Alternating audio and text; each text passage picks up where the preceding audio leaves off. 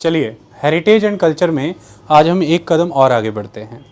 हम आपको 11th class की हेरिटेज एंड कल्चर की कौन सी बुक करा रहे हैं पूजा?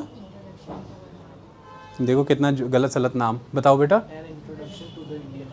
N introduction to the Indian art. An introduction to art नहीं, an introduction to the Indian art. बेटा आर्ट तो कई तरह की है, किधर को इंट्रोडक्शन करना हमने। An introduction to the Indian art, that is the book of 11th class NCERT। उसका हम कौन सा चैप्टर कर रहे हैं बेटा Ravinder? Chapter number 4, post modern trends in Indian art and architecture. इसके तहत कल के लेक्चर में हमने स्कल्पचर्स के विषय में डिटेल में समझा और हमने 2nd सेंचुरी BCE के मिडिल के दौरान यानी कि पोस्ट मॉडर्न पीरियड के दौरान भरहूत के स्तूप को फोकस में लेकर के उसके जो वेदिका है यानी कि प्रदक्षिणा पथ के सराउंडिंग में जो रेलिंग बनी है और जो उसके तोरण है यानी कि गेटवेज हैं, इन पर बने हुए जो रिलीफ स्कल्पचर्स हैं उनको डिटेल में समझा, जिसको कि अब हम दोहराएंगे नहीं। आज हम आगे बढ़ रहे हैं, थोड़ा सा प्रोग्रेस करेंगे। पहले मैं कल के लेक्चर के एंड के बाद हमारे ही स्टूडेंट के द्वारा खड़ा किया प्रश्न जो है उसे ऑन रिकॉर्ड आंसर कर दूं। हमने फिजिकली तो आंसर कर दिया था, ऑन रिकॉर्ड आंसर कर दें। प्रश्न क्या था पलक? कल जो प्रश्न किया गया था हमारे बच्चे के द्वारा, जो मॉडर्न पीरियड में स्कल्पचर्स थे वो पोस्ट मॉडर्न में जो स्कल्पचर है उनसे थोड़े डिफरेंट है। मॉडर्न पीरियड में जहाँ 3D और नहीं, क्वेश्चन उनका क्या था? हाँ जी 3D उनका क्वेश्चन ये था कि सर जो मॉडर्न पीरियड के स्कल्पचर्स थे वो तो 3 डायमेंशनल थे, तो ये पोस्ट मॉडर्न तक आते आते एक तरह से गिरावट नहीं आ गई आर्ट में? तो उनका ये क्वेश्चन था कि सर ये तो एक तरह से गिरावट आ गई ना, क्योंकि वो फ्री स्टैंडिंग इंडिपेंडेंट स्कल्पचर्स थे जो मॉडर्न पीरियड के दौरान थे।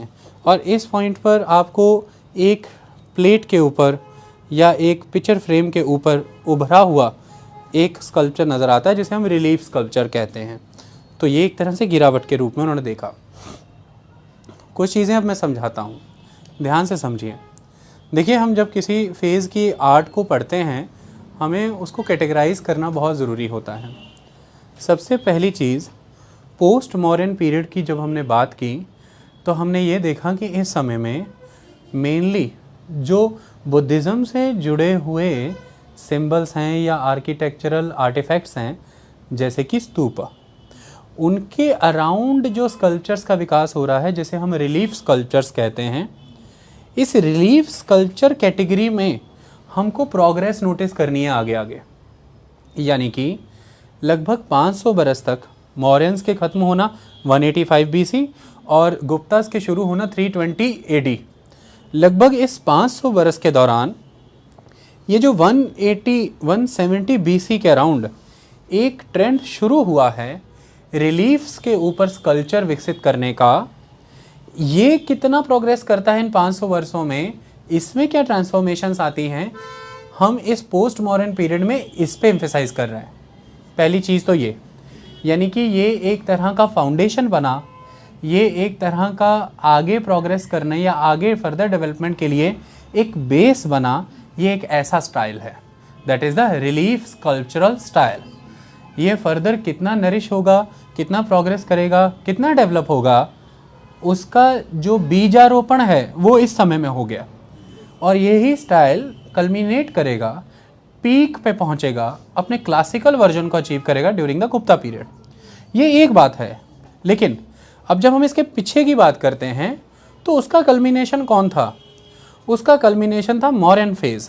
क्योंकि अगर हम free standing 3 dimensional independent sculptures की बात करें तो अर्लीस्ट पॉसिबल हमें वो इंदस वैली से मिले थे। जैसे कि इंदस वैली के समय में हमें मोहनजोदारो से मिला हुआ वो प्रीस्ट किंग का वो बस्ट स्कल्पचर, या फिर हमें जो एक टॉर्सो मिला था। एक्चुअल में हमने उससे जब आगे फर्दर ऑब्जर्व किया तो हम मॉडर्न पीरियड तक आए और हमने ये देखा कि मॉडर्न पीरियड के दौरान जो पिलर आर्किटेक्चर है उस पिलर के तहत जो कैपिटल के रूप में कोई ना कोई स्कल्पचर आता है, वो कोई एनिमल मोटिव के रूप में आता है, ये पर्टिकुलरली बहुत ही नेचुरल है। अब तो मॉडर्न पीरियड के दौरान जो स्कल्पचर्स बनाए गए वो फ्री स्टैंडिंग थे, यानी कि इंडिपेंडेंट थे। वो रिलीफ स्कल्पचर ना हो करके 3 डायमेंशनल थे, एक ही पत्थर को काट करके इंडिपेंडेंटली खड़ा किया गया जानवर था। ऐसे में ये एक कल्मिनेशन है इतने लंबे फेज़ का, जो कि इंडस वैली से शुरू हुआ और वो मॉडर्न पीरियड में आके कल्मिनेट किया, यानी कि प्रॉपर पीक पे गया। तो इसलिए अगर मॉडर्न पीरियड के इन पिलर आर्किटेक्चर की बात करें, इन पिलर स्कल्पचर्स की बात करें हम, तो ये अलग हैं पोस्ट मॉडर्न के इन रिलीफ स्कल्पचर से। वो किस सेंस में? जो पिलर स्कल्पचर्स हैं, सबसे पहले तो वो एक हाई स्किल सेट का प्रमाण है, और वो स्किल सेट दूसरी तरफ उस लेवल के रिसोर्सेज, यानी कि बहुत ही सेलेक्टेड इतने बड़े बड़े स्टोन्स, उनको एकत्रित करना, उनको उस तरह की पॉलिश प्रोवाइड करना जो मॉडर्न टाइम में दी जाती थी।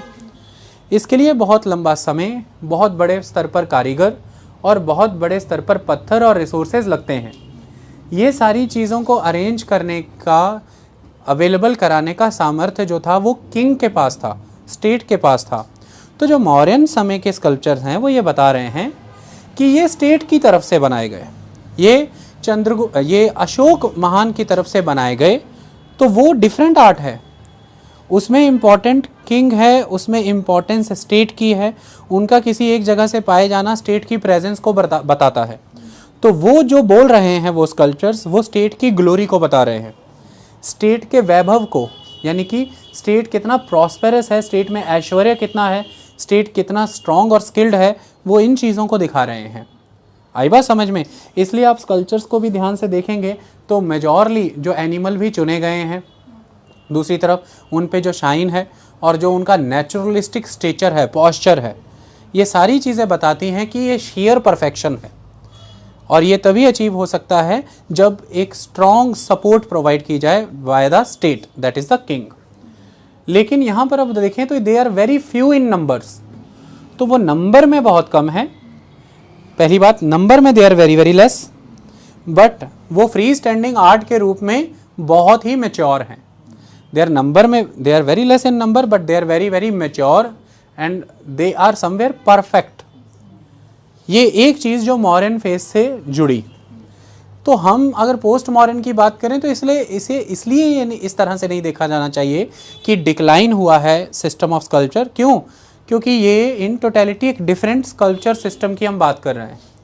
सबसे पहली चीज़, हमने एक्मेनियन के साथ जब मॉडर्न स्कल्पचर्स को, यानी मॉडर्न पिलर्स को हमने कंपेयर किया था, तो आपको पहले ही बताया था कि जो मॉडर्न पिलर हैं वो किसी लार्ज आर्किटेक्चरल स्कीम का पार्ट नहीं है, लेकिन जो एक्मेनियन के पिलर्स हैं, एक्मेनियंस के जो स्कल्पचर्स हैं, वो एक लार्ज आर्किटेक्चरल प्लान का पार्ट होते हैं।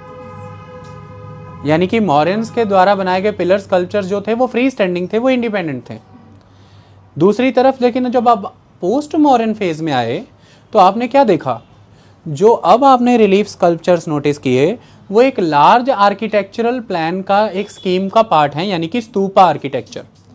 तो वो स्तूप का पार्ट है, और स्तूप में जो वेदिका है, यानी कि जो प्रदक्षिणा पथ की रेलिंग है, उनके वर्टिकल और हॉरिजॉन्टल स्लैब्स, और दूसरी तरफ जो तोरण है यानी कि गेटवेज हैं, उन तोरणास पे बने हुए ये sculptures, they are not free standing, they are not independent, they are part of the large architectural scheme, and that large architectural aspect is the stupa architecture.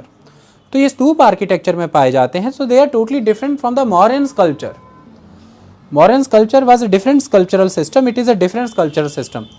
That's why हम इन्हें स्टडी कर रहे हैं ना, क्योंकि इस समय में अब ये होगा कि वो जो स्तूप है, उस स्तूप के उन रेलिंग्स पे, उन तोरणों पर जब ये स्कल्पचर बनाए जाएंगे तो मेजॉरली इसका पर्पज़ ये रहेगा कि बुद्ध की जो टीचिंग्स हैं, बुद्ध का जो जीवन है, बुद्ध के जो पूर्व जन्म की कथाएं हैं, उनको ज़्यादा से ज़्यादा यहाँ पर कार्व किया जाएगा, ज़्यादा से ज़्यादा डिपिक्शन उनका रहेगा।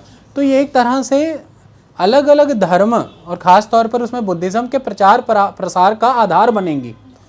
For the propagation of that religion, for the spread of the ideology of the teaching of the Buddha, ये उसका बेस बनेंगे। आई बात समझ में? तो इनका पर्पज़ यहाँ पर प्रचार है, इनका पर्पज़ यहाँ पर प्रसार है उस धर्म का। लेकिन दूसरी तरफ मौर्यों की अगर बात करें तो उनके वो जो स्कल्पचर्स थे वो मेनली बताते थे कि स्टेट कितना ग्लोरियस है, स्टेट की फैलाव कहाँ तक है, स्टेट की प्रेजेंस क्या है। हाँ, उसमें वो अशोक की जो धम्म की मान्यता थी, अशोक की जो धम्म को लेकर विचारधारा थी, उसमें किसी किन्हीं पिलर्स पे उसका प्रचार होता था। लेकिन mainly they were concerned with the Mauryan empire, with the Ashoka. Ashoka के जो गाइडलाइंस रहती थी, अशोक के जो ऑर्डर्स रहते थे, वो उन सब चीज़ों से जो, और अशोक जो एक आइडियल सोसाइटी से एक्सपेक्ट करता है, अशोक के वो विचार। तो that is the concept of the Mauryan pillar. But यहाँ पर अब आप क्या देख रहे हैं कि आर्टिस्ट आ करके, यानी कि ये जो वेदिकाज हैं, यानी कि रेलिंग, ये जो तोरणाज है, यहाँ पर ये रिलीफ स्कल्पचर्स कौन बना रहे हैं, इन चीज़ों को स्पॉन्सर कौन कर रहे हैं। मैंने आपको मौर्यन के समय में भी पढ़ाया था कि किंग के द्वारा सपोर्ट काफ़ी रिड्यूस हो जाएगी, आर्टिजनल ग्रुप्स खुद से कलेक्ट होकर के आ रहे हैं और वो इन चीज़ों को बना रहे हैं, यानी कि आम आदमी ज़्यादा कंट्रीब्यूट कर रहा है इसमें। इसकी वजह से उतने बड़े स्तर पर रिसोर्सेज की नीड नहीं है। तो किंग के द्वारा वेदिका बनवा दी जाएगी, वो अलग अलग शासक होंगे, जैसे कि सपोज कीजिए आपने बात की तो शुंगों ने बनवा दी, या फिर आगे आने वाले समय सातवाहनास बनवा देंगे, तोरण बनवा देंगे।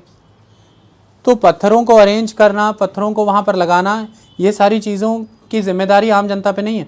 लेकिन जब एक बार वो रेलिंग और वो तोरणास ये सब अरेंज हो रहे हैं, उसके ऊपर जो स्कल्पचर मेकिंग है, ये सारी चीज़ें ये आर्टिजनल ग्रुप्स कर सकते हैं कलेक्टिवली। तो आम आदमी इन चीज़ों के लिए लेबर डोनेट कर सकता है, इन लोगों को ऑर्गेनाइज करके। वो ग्रुप्स जो आर्टिजनल ग्रुप्स हैं वो खुद से आकर के ये चीज़ कर सकते हैं।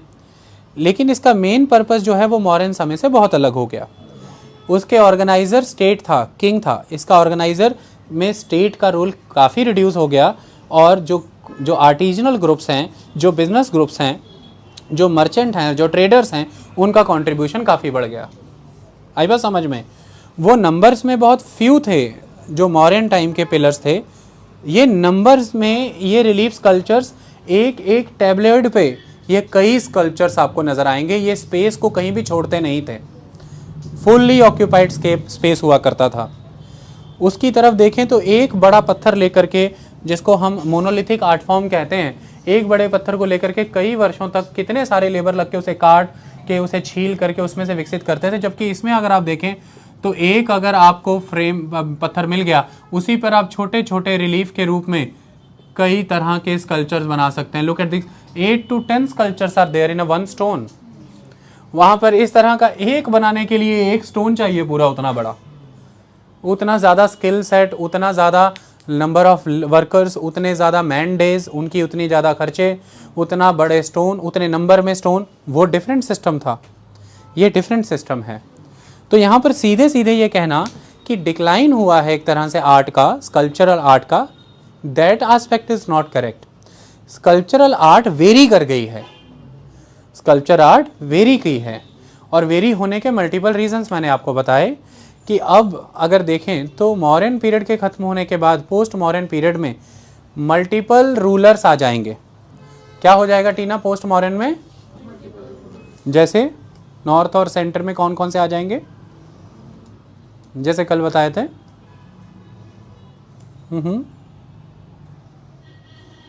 बताओ बेटे। हाँ, ये कहाँ आएंगे? हाँ, गोली मारो उसको, स्टेट के नाम बताओ बेटे, वो भी बताए थे। साउदर्न राजस्थान, नॉर्दर्न गुजरात में अभिरास आएंगे। और बताओ।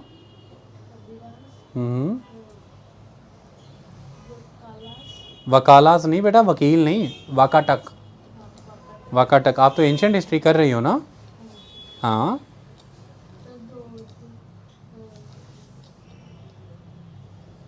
अब बेटा लेक्चर में ध्यान दो, ठीक है? इधर उधर के छात्रों पे ध्यान मत दो, ओके? कौन क्या कर रहा है इस पे फोकस मत करो, इधर ध्यान दो, तुम्हारे लिए ही बोल रहा हूँ। समझ में आया? आगे बढ़ूँ? चलिए, तो कंसेप्ट ये है कि अभी मैंने लास्ट यही बोला होगा कि वहाँ पर जो सपोर्ट है वो किंग के द्वारा है। इसी बात पे चल रहे थे ना हम। यहाँ पर जो सपोर्ट है ये किंग की बहुत ही रिड्यूस्ड है, अदर एलिमेंट्स ज़्यादा सपोर्टिव है। वहाँ पर मॉडर्न पीरियड में नंबर्स में कम है, लेकिन परफेक्शन में फ्री स्टैंडिंग कैरेक्टर है, 3 डायमेंशनल हैं, हाईली पॉलिश्ड हैं और हाईली नेचुरलिस्टिक स्टाइल है, लाइफ लाइक स्कल्पचर्स हैं वो। लेकिन इस तरफ अगर हम आएंगे तो यहाँ पर ये चीज़ें दिख रही हैं कि ज़्यादा फोकस इस चीज़ पर है कि नरेटिव्स पे फोकस किया जा रहा है, इनका कैरेक्टर डायडैक्टिक है यानी कि एजुकेशन ओरिएंटेड है। ये आइडियोलॉजीज़ बुद्धा की आपको बता रहे हैं, ये टीचिंग्स बुद्धा की बता रहे हैं, बुद्ध के पूर्व जन्म की जातक कथा की कहानियों के माध्यम से आपको जो वर्चुअस कैरेक्टर है बुद्धा के, वो आपको इनकलकेट करने की बात कही जा रही है। इस तरह के विचार यहाँ पर आपको बताए जा रहे हैं। तो दे आर डायडैक्टिक इन कैरेक्टर। जहाँ वो मौर्यन ग्लोरी को दर्शाते थे, इनका कैरेक्टर डायडैक्टिक है इन नेचर में, ये एजुकेटिव हैं ज़्यादा। ओके, ये प्रोपगेशन कर रहे हैं बुद्धिज़्म का, ये उसे प्रमोट कर रहे हैं, ये एजुकेट कर रहे हैं आपको, और ये मल्टीपल लोगों के द्वारा कंट्रीब्यूट की गई आर्ट है। इस आर्ट के प्रोग्रेस को हमें समझना है आगे 500 वर्षों के दौरान। तो ये अंतर, इसको गिरावट के रूप में नहीं देखना, ये वेरी कर गई है आर्ट, डिफरेंट आर्ट स्टार्ट हो गई है। इतनी बात समझ में आई? That is the sculpture art. Clear? Sculpture art in the form of relief sculpture. Okay, चलें अब हम आगे। किसी तरह का कोई डाउट, कोई टेंशन? तो इसका कल्मिनेशन गुप्ता के समय में होगा, और इंडस वैली का कल्मिनेशन हुआ आके मौर्यस में। उसको उस कॉन्टेक्स्ट में स्टडी कर लिया हमने, इसको अब इस कॉन्टेक्स्ट में स्टडी कर लेते हैं हम। किसी तरह का कोई डाउट, कोई परेशानी? चलिए, तो स्कल्पचर इस तरह से जाने जाते हैं। आप जब इसको पढ़ेंगे तब आपको आगे समझना होगा कि इसका डायडैक्टिक नेचर आगे जाकर के मेडिटेटिव कैरेक्टर में चेंज होगा। इसलिए इसको मौर्य से कंपेयर नहीं करना, इसको इसके अर्ली फेज से लेटर फेज के साथ कंपेयर करना, ये अपने आप में कंपेरेबल होगा। ओके, इसमें प्रोग्रेस देखनी है हमने, इसको उससे प्रोग्रेस करते हुए नहीं देखना। मौर्यन पीरियड के दौरान जो आर्ट है, उस आर्ट में जो फ्री स्टैंडिंग यक्ष यक्षिणियों की मूर्तियां हैं, वो इस फेज में रिलीफ स्कल्पचर में कैसे दर्शाई जा रही हैं, ये आप ज़रूर देख सकते हैं कि जैसे यहाँ पर भी रिलीफ स्कल्पचर के दौरान यक्ष यक्षिणियों की जो स्कल्पचर बनाए गए हैं वो काफ़ी टॉल थे, लाइक द मौर्यन पीरियड। तो वहाँ से क्या क्या गुण लिए हैं इन्होंने, वो गुण आप ज़रूर बता सकते हैं उस पीरियड के साथ जोड़ करके। लेकिन ये डिक्लाइन हुआ है या अबव गया है, इसका एनालिसिस इस आर्ट और उस आर्ट में नहीं होता। वो डिफरेंट थी या डिफरेंट है, इतनी बात समझ में आई? चलिए, हमने कल भरहूत के स्तूप को फोकस में रख करके अच्छे से सारी चीज़ों को समझ लिया था। भरहूत का स्तूप कहाँ था करमजीत? भरहूत के स्तूप कहाँ था? गुड़गल, मध्य प्रदेश। मध्य प्रदेश में जिला याद है? मैंने बताया भी था, हैं? पहले क्या बताया था? शैतान ना कह देना। सतना डिस्ट्रिक्ट, ओके, मध्य प्रदेश के सतना डिस्ट्रिक्ट, थोड़ा ईस्ट में, ऐसा बताया था ना, थोड़ा ईस्ट वर्ड। तो अब हम सांची के स्तूप पे आ रहे हैं, सांची स्तूप 1 आएंगे। तो लिखा यहाँ पर ये गया है कि next phase of sculptural development at किन किन जगहों पर देखेंगे? सांची स्तूपा 1, मथुरा और आंध्र प्रदेश के वेंगी में। तो यहाँ पर एक सुधार और करें, कल की एनसीईआरटी किताब में आंध्र प्रदेश की जगह जग्गियापेटा बताई गई थी। एक्चुअली में उसका नाम जो है वो अब जग्गमपेटा है, और फिर यही मिस्टेक रही। वो मिस्टेक ये थी कि गुंटूर जिला बताया गया था, नहीं, उसका जिला ईस्ट गोदावरी डिस्ट्रिक्ट है। ओके, गुंटूर डिस्ट्रिक्ट वेंगी का है।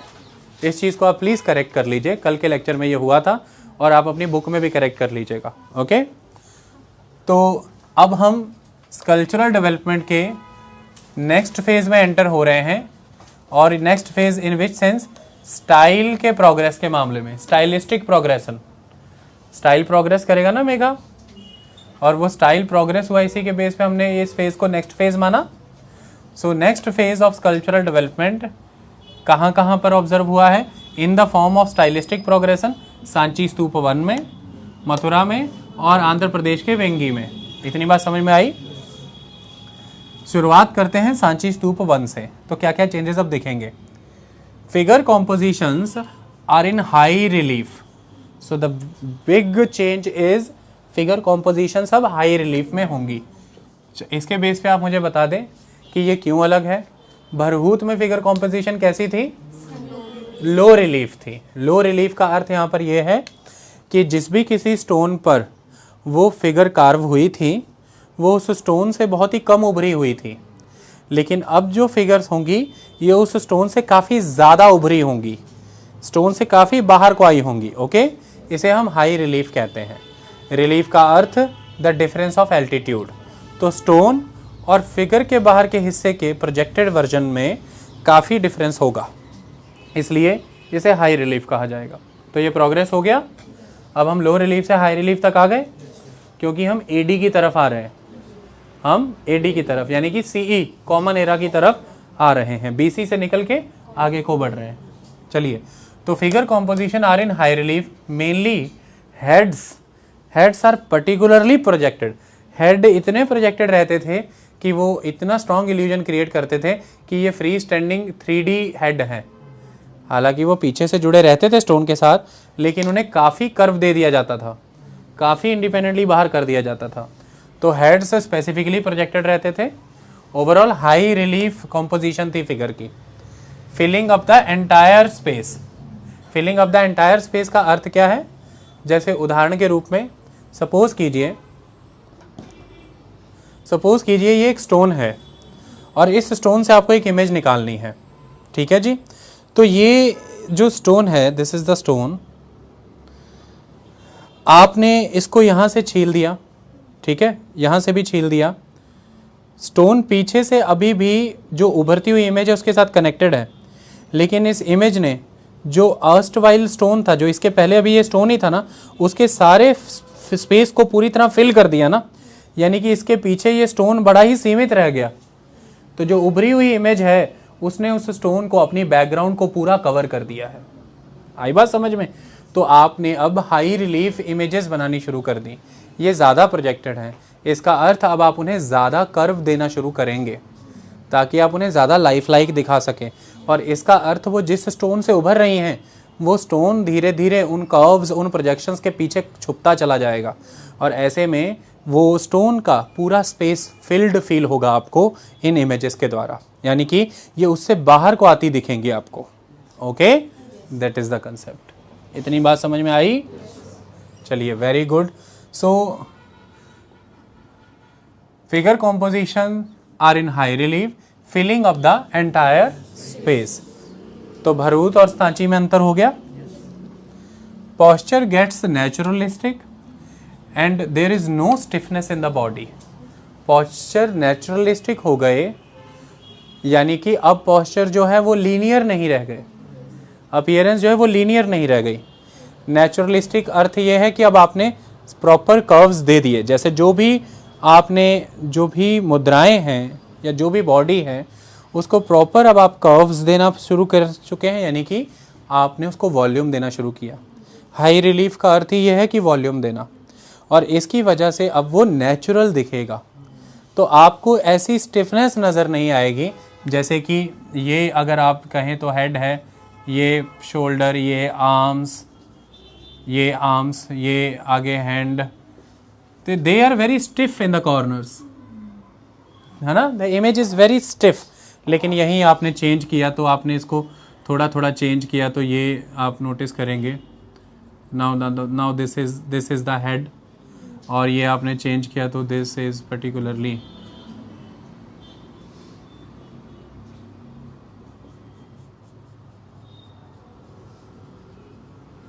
now there is no stiffness, now you can feel that movement, तो फ्लोट करेंगी चीज़ें। ओके, तो ये चीज़ होगी। अब जो पैटर्न है वो लीनियर नहीं रह जाएगा, वो पैटर्न कर्वी हो जाएगा, यानी कि अब लो रिलीफ नहीं, अब हाई रिलीफ, यानी कि highly projected from the stone behind, यानी कि वॉल्यूमिनस, और जिसकी वजह से नेचुरलिस्टिक अपीयरेंस आएगी और वो चीज़ मूवमेंट में नज़र आएगी, यानी कि स्टिफनेस अब रिड्यूस हो गई, स्टिफनेस रिड्यूस हो गई। तो स्टाइल में प्रोग्रेस हुआ कि नहीं हुआ? हर चीज़ में सुधार हो रहा है ना। तो इसलिए posture gets naturalistic and there is no stiffness in the body. Rigidity in the contour gets reduced and images are given movement. तो कंटोर्स में रिजिडिटी रिड्यूस कर दी ना। पहला कंटोर कितना रिजिड था, ये जो मेरी बॉडी कंटोरिंग है, अगर ध्यान से देखें तो एक तरीका ये है कि मैं ऐसे स्ट्रेट लाइन में I will draw, okay, but now this is not correct.